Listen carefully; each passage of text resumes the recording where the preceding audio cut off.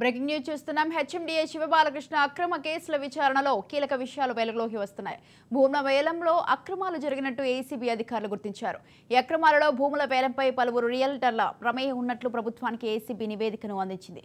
వేలం వేసిన భూములపై అధికారుల విచారణలో తవ్వే కొద్దీ పలువురు అధికారులు బయటకు వస్తున్నారు.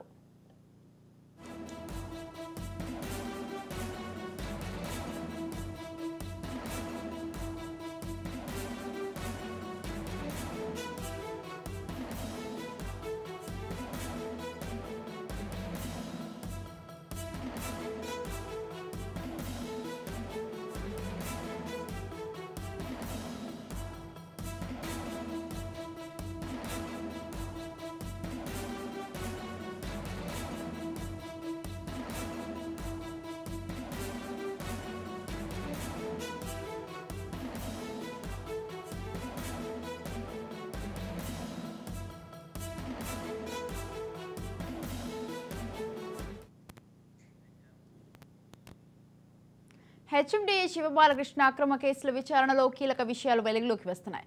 భూముల వేలంలో అక్రమాలు జరిగినట్టు ఏసీబీ అధికారులు గుర్తించారు. ఈ అక్రమాలలో భూముల వేలంపై పలువురు రియల్టర్ల ప్రమేయం ఉన్నట్లు ప్రభుత్వానికి ఏసీబీ నివేదికను అందించింది. వేలం వేసిన భూములపై అధికారులు విచారణలో తవ్వే కొద్దీ పలువురు అధికారులు బయటకు వస్తున్నారు.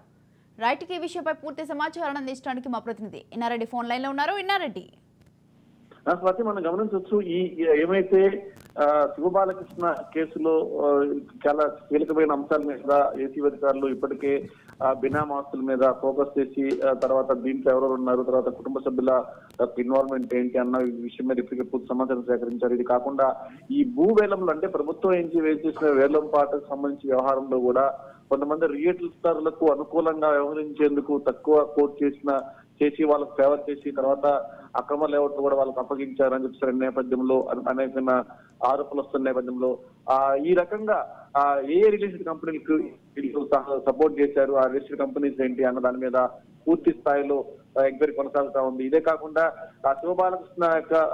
శివబాలకృష్ణ తమ్ముడు కూడా కొన్ని రియల్ ఎస్టేట్ కంపెనీలో ఇన్వెస్ట్మెంట్ చేసి ఏ రియల్ ఎస్టేట్ కంపెనీతో తమ్ముడు ఇన్వెస్ట్మెంట్ చేశాడో, తర్వాత ఏ రియల్ ఎస్టేట్ కంపెనీతో మంచి లైజనింగ్ ఉందో ఆయా కంపెనీలకు ఫేవర్ చేస్తూ అక్రమాలకు పాల్పడ్డాడు శివబాలకృష్ణ అన్న అంశాల మీద ప్రస్తుతం దర్యాప్తు కొనసాగుతా ఉంది.